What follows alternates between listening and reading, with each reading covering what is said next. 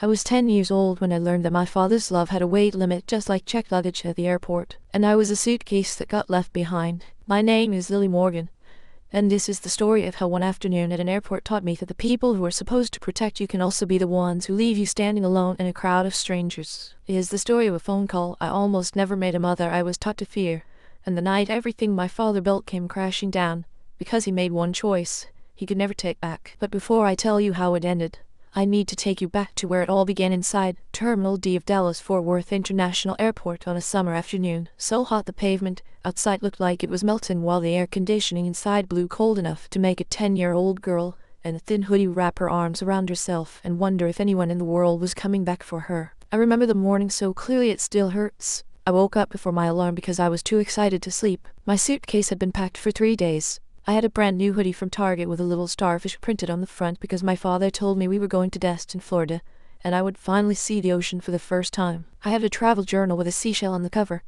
and I had already written the date on the first page and drawn a small sun in the corner because I wanted to remember everything. I thought this was going to be the trip where I finally felt like I belonged in my father's new family. I thought maybe if I was quiet enough, helpful enough, grateful enough, his wife would stop looking at me like I was a leftover from a life she wished he had never lived. I thought maybe her kids would finally call me their sister instead of just my name. I thought a lot of things that morning. None of them came true. We drove to the airport together, all 5 of us in my father's black SUV. His wife sat in the front seats rolling through her phone, probably planning which angles would look best for the vacation photos she would post later. Her 2 kids sat in the middle row wearing matching teal shirts that said beach mode in curly white letters. I sat in the back row alone next to the luggage, which looking back feels like the most honest seating arrangement my father ever made. Nobody talked to me during the drive. I did not mind. I was used to being quiet in that car. I had learned a long time ago that in my father's new household the safest version of me was the invisible one. When we walked into the airport, everything felt bright and loud and alive. Families were everywhere dragging suitcases, holding coffee cups, laughing about boarding passes and window seats. I watched a little girl about my age skip through the terminal holding her mother's hand,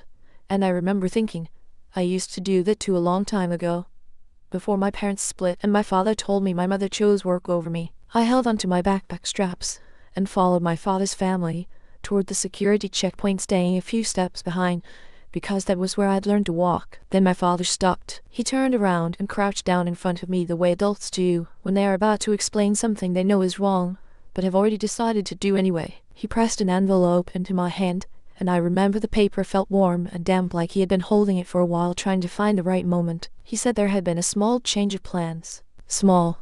That was the word he used, while his wife stood 10 feet away adjusting her designer carry-on bag and her children compared phone cases without once looking in my direction. I opened the envelope. Inside was a single $50 bill folded and wrinkled, tucked beside a short note in his handwriting that said, "Call a car when you are ready." There was no boarding pass. There was no ticket. There was no seat on the plane for me. I looked up at him, and I could feel the confusion spreading through my chest like cold water, because my brain could not make sense of what was happening. I asked him what he meant. He put both hands on my shoulders and told me I was old enough to be responsible, old enough not to make a scene, old enough to understand that this trip was important for his new family to bond, and that sometimes being mature means knowing when to step aside.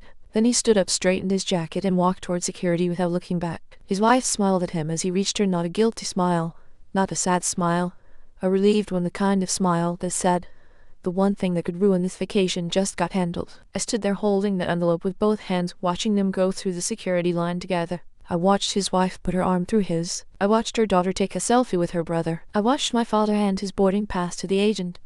And I kept waiting. I kept standing perfectly still because I was sure he would turn around. I was sure this was a test, or a mistake, or one of those things adults do that someone else fixes in a few minutes. But he walked through, and he did not look back. Not once, and the glass doors closed, and I was still standing there, 10 years old, in a starfish hoodie with a dead phone, no house key, and $50 I did not know how to use. That night, one single phone call brought someone to me that I had been taught to fear for as long as I could remember. And when my father came home from his luxury beach vacation 12 days later, tanned and rested and smiling, my bedroom was empty, my closet had been cleared out, and a thick legal envelope was waiting on the bed in the place where his daughter used to sleep. Before I tell you what happened next, tell me where you are watching from right now, and tell me if this story already reminds you of something in your own life, because what came after that airport changed everything I ever believed about family, about love, and about who truly deserves to call themselves a parent. I stayed frozen near the security entrance long after they disappeared. My feet would not move. My hands would not stop shaking. I kept staring at the spot where my father had been standing as if somehow the air still held the shape of him, as if I could pull him back just by wanting it badly enough. The crowd kept moving around me, strangers with rolling suitcases and coffee cups and places to be, and not a single one of them knew that the little girl in the starfish hoodie had just been left behind by the one person in the world who was supposed to never leave. The first thing I did was call him. I pressed his name in my phone and held it to my ear with both hands because one hand was shaking too hard to keep it steady. It rang 4 times and went to voicemail. I called again. Voicemail. I called a 3rd time, a 4th time, a 5th time, and every single call ended the same way, with his recorded voice saying he was unavailable, please leave a message, as if this was just a normal Tuesday, and not the worst afternoon of my entire life. Then a text came through. I opened it so fast I almost dropped my phone. It said, stop panicking. You are old enough to handle a ride home. Do not embarrass me. I read those words 3 times. I read them until the letters blurred,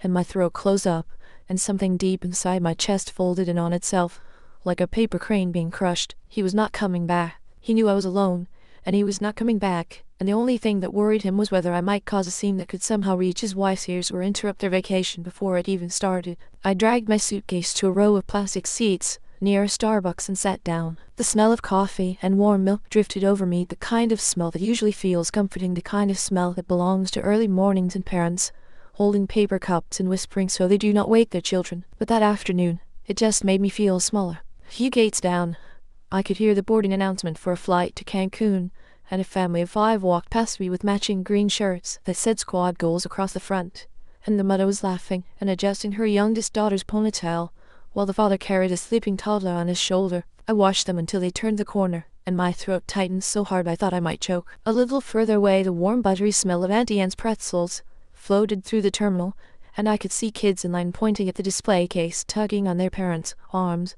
and every single one of those children had someone standing next to them. Every single one of those children was held or spoken to or touched on the shoulder or told to be patient, and I wanted to stand up and scream at all of them, I am someone's child too, but I did not scream. I sat there quietly with my hands in my lap, because my father had spent years teaching me that needing help made me dramatic, that crying made me difficult, that the safest thing a girl like me could do in his house was take up as little space as possible. So I made myself small. I pulled my knees up to my chest and tucked my chin into the collar of my hoodie, the one with the little starfish on the front, the one I had picked out so carefully because I thought it would be perfect for the beach. I looked down at the starfish and felt something crack behind my ribs, because the hoodie was not a piece of clothing anymore. It was proof of how badly I had wanted to believe my father was taking me with him. I counted the money in the envelope twice, then shoved it back inside because the $50 bill felt dirty in my hands. It was not help. It was not love. It was silence money. It was the price my father put on making his problem disappear. I sat there wondering what I had done wrong. Maybe I had talked too much at dinner last night. Maybe I had laughed too loud at something his wife did not find funny. Maybe I had reminded him too much of my mother, and that was enough to make him want to leave me behind. Children think like that when they are abandoned. They turn the blame inward, because blaming the adult, blaming the person who holds your whole world in their hands, is simply too frightening to survive. So I sat there in that airport telling myself it was my fault, and the terrible part is I believed it. Nearly 2 hours passed. My phone battery had dropped to 9% because the morning back, when I still thought I was going on vacation, I had spent 20 minutes taking pictures of my suitcase and my travel journal and the little sun I'd drawn on the first page. Those photos were still on my phone, tiny frozen pieces of a girl who thought today was going to be the best day of her life. The battery icon turned red, and the terminal seemed to grow larger and colder around me, and I was starting to feel like the building itself was swallowing me whole, when a woman in an airport uniform with kind brown eyes stopped in front of my seat and asked me where my grown-up was. I lied. I told her my dad was parking the car. She looked at my suitcase, then at my face, then at the way my hands were gripping the armrest, and her voice softened the way voices do when someone already knows the answer, but wants to give you a chance to tell the truth. She said, honey, how long has he been parking? And that was when I broke. The whole story came pouring out of me in uneven gasping pieces. The vacation, the envelope, the security line, the text message, all of it tumbling out like water through a cracked dam, and the woman knelt beside me and put her hand on mine and said, you are safe now. And it was the first time anyone had said those words to me all day. She walked me to the airport police desk and let me charge my phone behind the counter. An officer with a calm voice asked me for my father's full name, his phone number, and where we lived. I remember feeling ashamed, like I was getting my father in trouble instead of admitting he had put me in danger. The officer asked if there was another parent they could call. I shook my head automatically, the way I always did, the way I had been trained to do for years. My father had told me since I was little that my mother was the one who left. He said she chose her career over me, that she loved lesson plans and classrooms and faculty meetings more than bedtime stories and school plays. He said some people are not built to be parents, Lily, and if she really wanted to see you, she would have tried harder. I had heard the story so many times it felt like a fact, like gravity, like something that could not be questioned. But while my phone charged behind the counter, I scrolled through my contacts and saw a name I almost never touched. Mom. My finger hovered over it for so long the screen dimmed. I was terrified she would not answer, because that would mean my father was right, and I truly had no one. But I was even more terrified that she would answer, and her voice would be cold and distant and annoyed and everything my father had promised she was. I sat with that fear for what felt like an hour, but was probably 30 seconds. Then I pressed call. It rang once. It rang twice, and then a woman's voice said my name so fast, so urgently, so full of something I had not heard in years that it knocked the air out of me. Lily. For a second I forgot how to speak. Then I whispered dead left me at the airport. There was silence on the other end. Not cold silence. Not annoyed silence. The kind of silence that happens when someone's entire world stops spinning and every fear they have carried for years suddenly becomes real. Then her voice came back steady and fierce and shaking at the edges, and she said, listen to me carefully, find the nearest officer and stay with them. Do not leave with anyone you do not know. Do not let your phone die. I am coming to get you. I said you do not have to. And she said something that broke open every lie my father had ever told me about her. She said I should have come a long time ago, but what my mother said next made me understand that everything my father had ever told me about her, every single word, every single story, had been a lie. My mother did not arrive on a private jet. She did not send a driver or a lawyer or anyone else in her place. She was not the wealthy, heartless woman my father had described for years, the one who supposedly chose boardrooms and business trips over her own daughter. My mother was a music teacher at a public high school in Nashville, Tennessee. She drove an old gray Honda Civic with a cracked cup holder and a faded bumper sticker from a school choir competition. She earned a modest salary. She lived in a small house on a quiet street where the neighbors waved from their porches and the mailman knew everyone by name. And when she got that phone call from me, when she heard her daughter's voice shaking through the speakers saying, "Dad left me at the airport," she did not waste a single second. She grabbed her car keys off the kitchen counter, pulled on the nearest pair of shoes she could find, and got in that car wearing the same pajama pants and old concert t-shirt she had been wearing when she was grading sheet music at the kitchen table. She did not pack a bag. She did not change her clothes. She did not even stop to brush her hair. She just drove. Nashville to Dallas is nearly 660 miles. That is almost 10 hours of straight highway if you do not stop, and my mother barely stopped. She drove through the Tennessee night and across the Arkansas border with the windows cracked because the air conditioning in her car only worked half the time. She filled up the gas tank once at a station somewhere outside Little Rock, where the fluorescent lights buzzed and the parking lot was empty except for a truck driver eating a sandwich in his cab. She bought a large black coffee and drank it without sugar because she needed it to burn going down. She needed the bitterness to keep her awake, because the only thought in her mind was that her daughter was sitting alone in an airport in Texas, and every mile between them was a mile too many. She told me later that she talked out loud to herself for most of the drive, not because she was losing her mind, but because the silence was too heavy. She said she kept repeating the same sentence over and over like a prayer or a promise. I am coming, Lily. I am coming. She arrived at Dallas-Fort Worth International Airport just before 4 in the morning. The terminal was quieter by then. The shops were closed, the gates were mostly dark, and I had fallen asleep in a chair near the police desk with a donated airport blanket draped over my shoulders, and my phone still plugged into the charger behind the counter. The officer who had been watching over me gently touched my arm and said, "Someone is here for you." I opened my eyes and saw her walking down the corridor, and everything I had been told about this woman for years fell apart in a single moment. She did not look polished. She did not look cold. She did not look like someone who had chosen her career over her child. She looked like a woman who had driven all night without stopping, with red swollen eyes and messy hair, and pajama pants wrinkled from 10 hours behind a steering wheel. And when she saw me sitting in that chair, she covered her mouth with both hands, and her whole body shook, and she made a sound I will never forget. Not a scream, not a word, just a broken exhale that carried every year of missing me in a single breath. She ran to me. She dropped to her knees on the airport floor and wrapped her arms around me so tightly I could feel her heartbeat against my chest, fast and desperate and alive. She smelled like coffee and road air and something underneath that I could not name, but that my body somehow recognized, something old, something from before the divorce, something that felt like the earliest, safest part of my childhood. I did not hug her back right away. I just sat there stiff and small because I did not know how to trust this moment. I had been taught for years that this woman did not care about me. I had been told she was selfish, unreliable, too focused on herself to ever show up. But she was here. She was here in her pajamas with gas station coffee still on her breath after driving through the night across 3 states, and she was holding me like I was the only thing in the world that mattered to her. For the first time that entire day, I stopped trying to be brave. I stopped trying to be mature. I stopped performing the version of myself that my father's household required. I cried like the 10-year-old.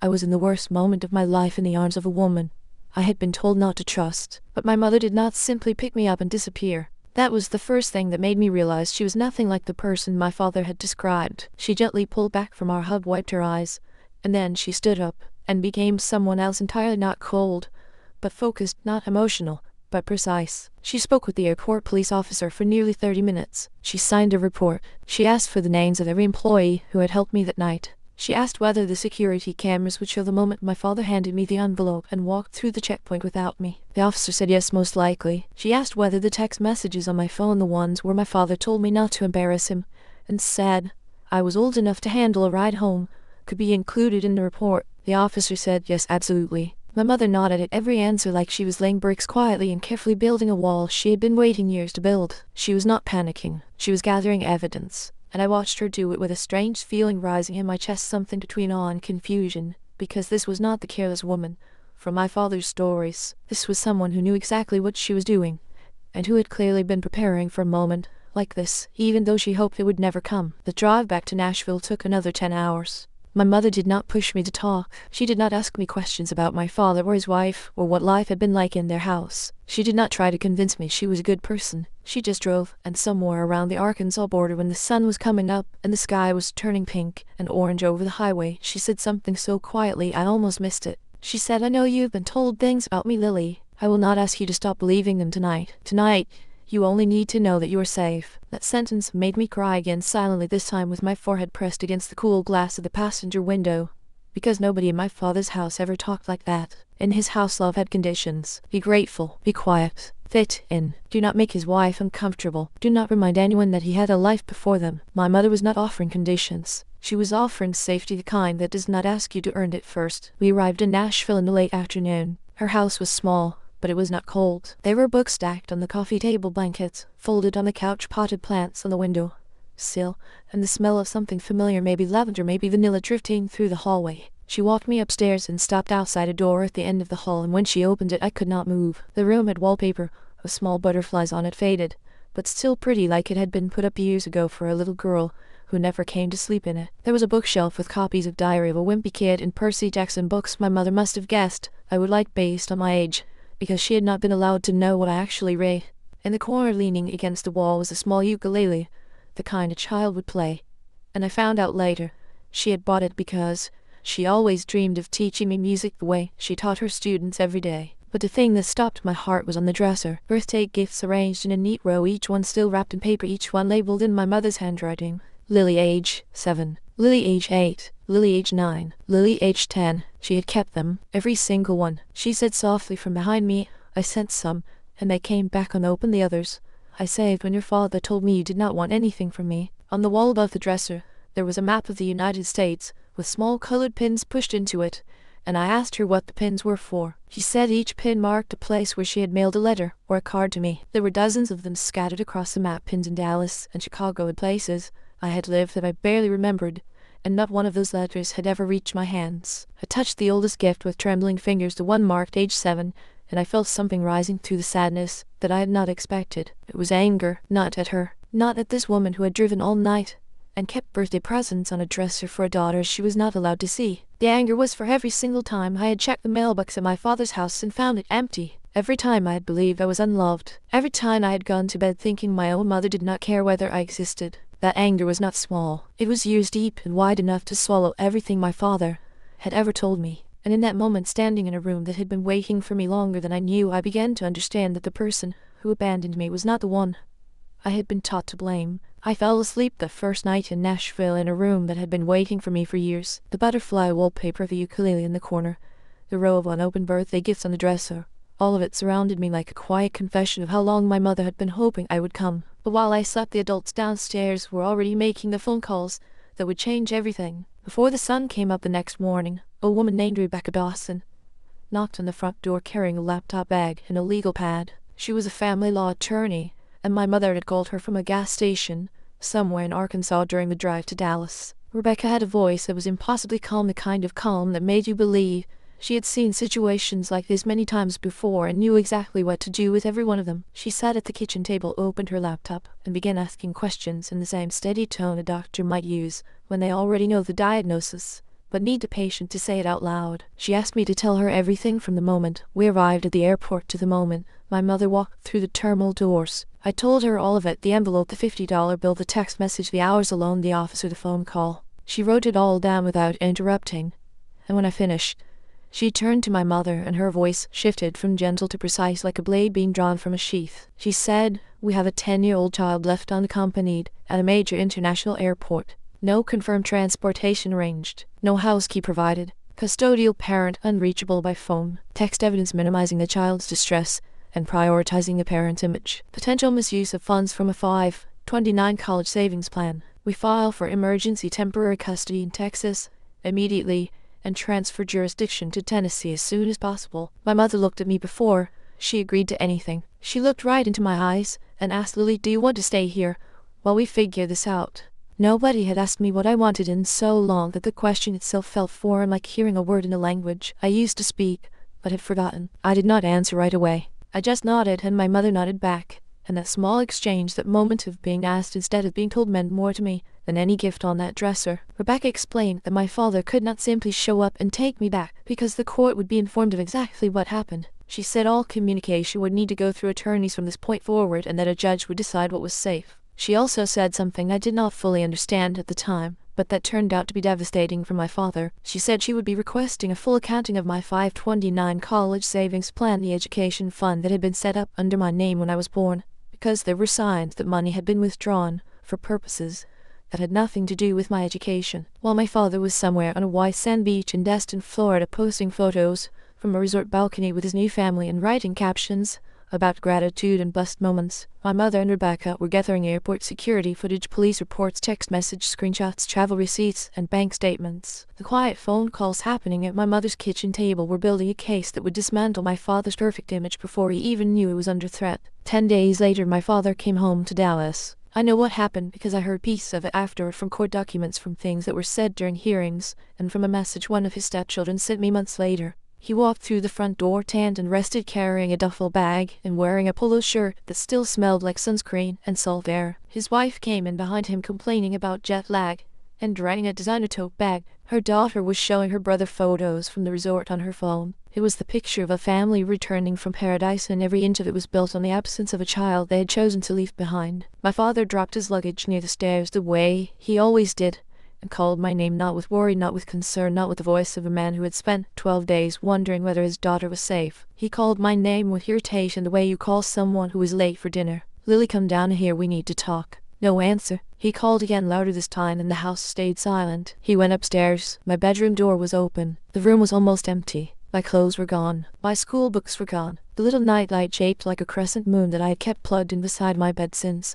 I was 5 years old was gone. The framed photograph of me at a third-grade spelling bee, the one where I was holding a small trophy and smiling so wide you could see the gap where I had lost a tooth, was gone. The closet door hung open with bare hangers that side swing slightly like ghosts of the things that used to hang there. Even the small cardboard box I kept under my bed, the one where I stored birthday cards from school friends, old drawings I was proud of, and a cracked plastic bracelet from kindergarten that I had never been able to throw away, even it was gone. The room did not just look empty. It looked erased, like someone had carefully and deliberately removed every trace of the child who used to live there. On the bed there were only 3 things. My house key placed neatly in the center of the pillow, a handwritten letter folded once, and a thick manila envelope from the law office of Rebecca Dawson, attorney at law, Nashville, Tennessee. My father picked up the legal envelope first. Not the letter from his daughter, not the key that meant she was not coming back. The legal papers that tells you everything you need to know about who he was. He tore it open and read the first page, and I imagined the color left his face,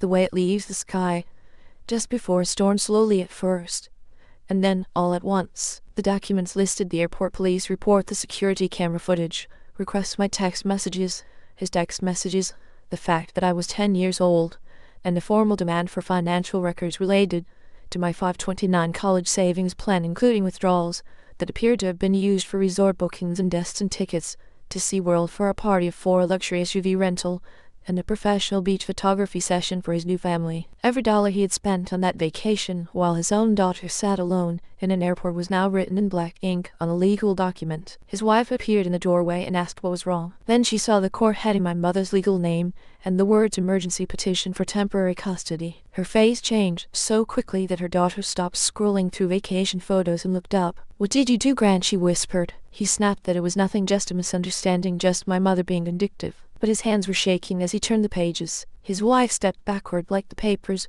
were something contagious. Her entire public image, her lifestyle page, her carefully curated brand of matching outfits and Sunday brunch photos and captions about grace and gratitude and loving every child under her roof, none of it could survive the words abandoned at an airport. Her son, the younger one, looked from his mother to my father and asked a question that no one in that house was ready to answer. "Did you really leave her there?" The silence that followed was louder than anything anyone could have said. My letter was still on the bed, untouched. I had written it the night before my mother's friend drove to Dallas to collect my belongings while my father was still in Florida. I had imagined writing pages and pages of anger, filling an entire notebook with every hurt and every line every time I had made myself invisible so his new family could feel whole. But when the time came, I only needed a few sentences. I wrote that I waited for him to turn around at the security checkpoint. I wrote that I believed him when he said my mother did not care about me. I wrote that he taught me a lesson at that airport, just not the one he intended. He taught me that a father can stand close enough to touch your shoulder, close enough to look you in the eye, close enough to hand you an envelope with money inside and still choose to walk away. I ended the letter by saying I was safe, I was with my mother, and I would not speak to him again unless a judge and a therapist both said it was okay. That was when the phone calls started. He called me first. I did not answer. He called my mother. She did not answer. He called Rebecca's office. Her assistant sent one message: all contact regarding Lily must go through legal counsel. He called me again, and again, and again. His voicemail started soft and ended furious. The first one said, "Sweetheart, this whole thing got out of hand. Let us talk about it." The second one said, "Your mother is manipulating you. She does not have the right to do this." The third one said, "You have no idea what you are doing, Lily." The fourth one said, "Put Claire on the phone right now." I listened to the first voicemail and stopped because his voice did not sound like a man grieving his daughter. It sounded like a man furious that something he owned had been moved without his permission. Meanwhile, his wife was already deleting the vacation posts from her social media pages, but screenshots had already been saved by school parents, by neighbors, by people who had seen her smiling captions about their dream family getaway and knew that one member of that family had been deliberately left behind. My father started calling because he wanted control, but for the first time in my life not a single person picked up the phone for him, and he hated that. Not because he missed his daughter. He hated it because he had never been a man who lived without control, and now the consequences of his own choice were moving faster and he could talk his way out of them. The first hearing was the first time I saw my father since the airport. I had imagined this moment many times during the weeks I spent in Nashville, wondering how it would feel to sit in the same room as the man who had handed me an envelope of cash and walked away. I thought I would feel afraid. I thought I would feel small. But when the morning came, I mostly felt tired, the deep kind of tired that does not come from missing sleep, but from carrying something too heavy for too long. My mother helped me get ready that morning without rushing me. She had bought me a navy blue dress from a department store, but only after holding it up and asking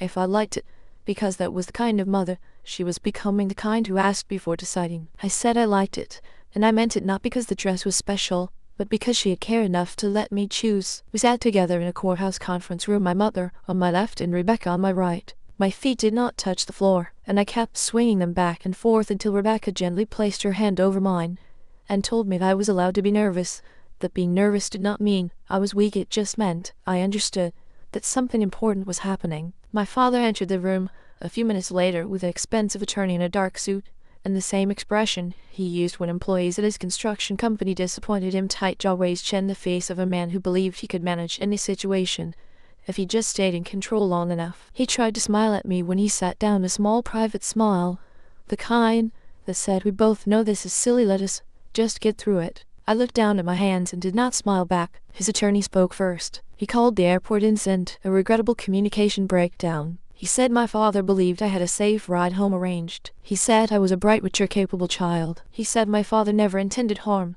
and that the family was eager to move past this misunderstanding and return to normalcy. Rebecca let him finish every word. She did not interrupt, she did not react. She just sat there with a closed folder in front of her, waiting. and when he was done she opened the folder the way a surgeon opens an instrument tray, calmly, precisely, and with full knowledge of what she was about to do. The first exhibit was the airport police report. It stated that a minor child aged 10 had been found alone at Dallas-Fort Worth International Airport for approximately 2 hours after her custodial parent boarded a domestic flight with other family members. The second exhibit was my father's text message to me. "Stop panicking. You are old enough to handle a ride home. Do not embarrass me." The judge read it once, then read it again. The room became very quiet, the kind of quiet where you can hear the air conditioning and the scratch of a pen on paper and nothing else. Then came the security footage. I did not watch all of it because I could not, but I saw enough. I saw my father crouching in front of me and pressing the envelope into my hands. I saw his wife standing patiently near the checkpoint checking her phone. I saw the four of them walking through security together, and I saw myself, a small figure in a starfish hoodie, standing perfectly still watching the place where they had been long after they were gone. My father's attorney tried to argue that money had been left for transportation. Rebecca asked for proof of a scheduled car service. There was none. She asked whether I had been given a house key. My father said he assumed I had one. Rebecca then presented a text message I had sent my father early that morning, the morning of the trip, in which I wrote, "I left my key in my desk because we are all traveling together, right?" My father had replied with a thumbs up emoji. The judge's face hardened, and my father shifted in his chair like the seat had suddenly become uncomfortable. But Rebecca was not finished. She presented financial records showing withdrawals from my 529 college savings plan, the account that had been set up under my name when I was born, money that was legally designated for my education. The withdrawals were not for tuition. They were not for school supplies. They were not for tutoring or summer programs or anything that had to do with my future. They were for a beach, for a resort booking in Destin, Florida. They were for admission tickets to Sea World, not 5-4. They were for a luxury SUV rental and a professional family photography session on the beach, the kind where everyone wears white linen and the sun sets behind them and the photos look like a magazine cover. Every dollar in those receipts told the same story. A father who used his daughter's education fund to pay for a vacation his daughter was not allowed to attend. The judge asked one question that cut through every excuse my father had brought into that room. Why was a child's education fund used for a luxury family trip that the child was excluded from? My father paused. Then he said, "It is complicated." That was the weakest sentence I had ever heard him speak, and in that moment, the man who had always had an answer for everything, the man who built houses and gave speeches and controlled every room he walked into, had nothing left to say. Then his wife made the mistake of speaking. She said the situation had been blown out of proportion, and that I had always struggled to accept the new family dynamic. Her words were smooth and practiced the same tone she used in her lifestyle videos when she talked about blending families with grace. But the judge was not her audience. The judge asked her directly whether she knew before arriving at the airport that morning that I would not be included in the final travel plans. She hesitated. It was only a second, maybe two, but in a courtroom hesitation is a confession. Her own attorney, who had come only to observe, leaned forward and quietly advised her not to answer further. That was the moment I watched fear replace performance on her face. She was no longer worried about me ruining a vacation. She was worried about being legally connected to what my father had done. The judge granted temporary physical custody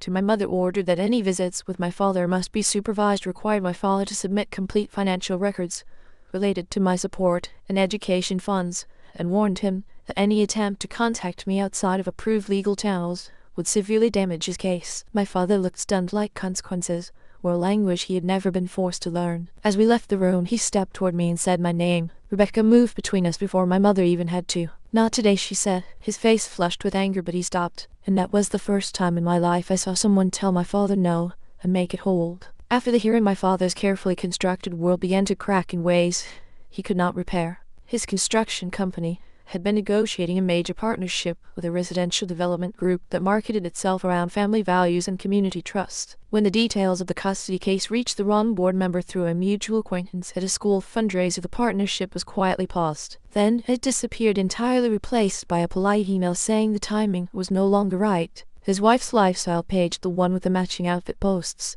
and the Sunday brunch photos and the captions about being grateful for every member of her beautiful blended family, began losing followers. The week someone from our old school district shared in a parents group chat that I had not been on the family vacation because I had been left at the airport. The internet did what it always does. It took a perfect picture and zoomed in on the crack. Sponsors pulled their partnerships. Comments filled with questions she could not answer without admitting what she already knew. She deleted the vacation posts, but the screenshots had already traveled further than she could chase. Within 2 months, she filed for legal separation from my father, and court records later showed that her primary concern was financial protection from any investigation into the misuse of my education fund. The woman who had smiled as I was left behind at the security checkpoint now wanted as much distance as possible from the man who had done the leaving. Her daughter sent me a message months later from a new social media account. It said, "I am sorry, Lily. I knew what was happening was wrong and I did not say anything. I did not reply right away, but I did not hate her either. She had been a child too older than me, but still trapped inside the choices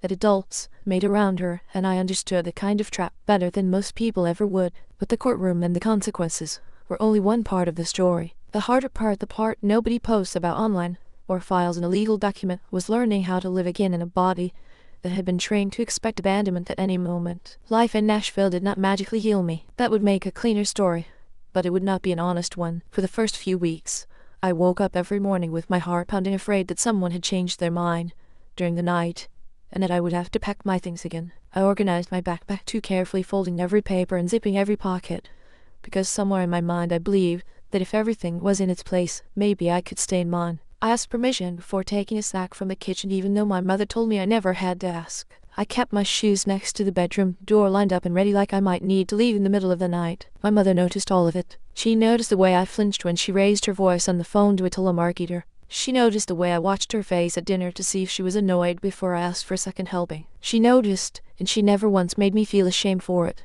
She just kept showing up. Breakfast at the same time every morning. School tours when I was ready, not before. Therapy every Tuesday afternoon with a woman named Dr. Hale, who had a calm voice, in a small office with a window that looked out onto a magnolia tree. Dr. Hale told me something during our second session that I did not believe at the time, but that I wrote down and carried in my pocket for months. She said children often blame themselves for being abandoned, because blaming the adult who left feels too frightening to survive. And then she said something else, something quieter, that landed in a different part of me entirely. She said, "Lily, being abandoned tells you something about the person who walked away, does not tell you anything about the child who was left behind." Slowly and not in a straight line, Nashville became real. My new school was smaller than the one in Dallas, and the kids played softball instead of soccer and talked about lake houses and fall festivals instead of beach resorts and theme parks. I felt out of place at first, like an alien carrying a lunchbox, until a girl named Audrey with red hair and a gap-toothed smile asked me if I wanted to sit with her at lunch. When I told her I might be boring, she said, "Boring people never warn you first." That made me laugh for the first time in weeks,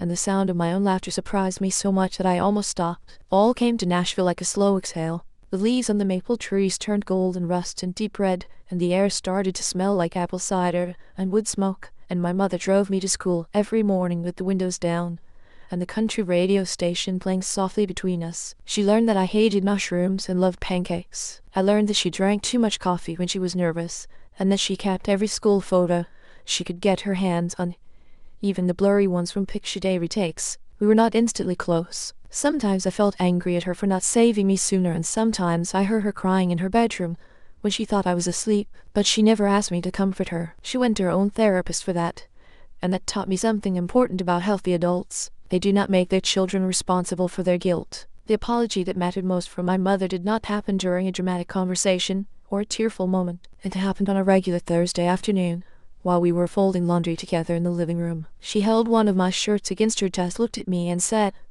"I should have fought harder before the airport happened, Lily. I cannot change that, but I will never again let anyone make you feel unreachable." I believed her not because of the words, but because by then she had already proven it in 100 quiet ways, showing up to school meetings, asking for, posting a photo of me listening when I said I was angry, never punishing me for loving her and resenting her at the same time. That is what real repair looks like. It is not one big speech. It is 100 small choices, made over and over again, until trust grows back like grass through a sidewalk crack, slowly, stubbornly, and in its own time. My father continued trying to reach me for years, sometimes through approved letters that arrived in plain white envelopes with his attorney's return address, sometimes through relatives who called my mother's phone and tried to sound casual before steering the conversation toward how much Grant missed his little girl, sometimes through apologies that sounded almost real, almost honest, almost like the words of a man who truly understood what he had done, until every single one of them curved back toward himself. In one of the last letters he sent me, he wrote, "I lost everything after that day at the airport." I remember reading that sentence at my mother's kitchen table on a Sunday morning with a cup of tea going cold beside me, and the sound of church bells drifting through the window from down the street. I read it twice, and then I folded the paper and put it back in the envelope, because I realized that even in his apology he was still making himself the center of the story. He did not lose everything after that day at the airport, He lost everything after his choices finally became visible. There is a difference between being caught and being sorry, and my father never learned to tell one from the other. I did forgive him eventually, but not in the way most people expect when they hear that word. I did not call him. I did not invite him back into my life. I did not sit across from him at a restaurant and tell him I understood. I forgave him in the only way that made sense to me. I stopped letting his failure decide how much love I deserved. I stopped measuring my worth by the fact that he walked away. I stopped checking my phone for messages from him, stopped wondering if he thought about me on my birthday, stopped replaying the airport in my mind and searching for the moment where I must have done something wrong. I let go of the need for him to see what he had broken, because waiting for someone who hurt you to finally understand your pain is like waiting for rain to apologize for the flood. It does not come, and the waiting itself becomes its own kind of drowning.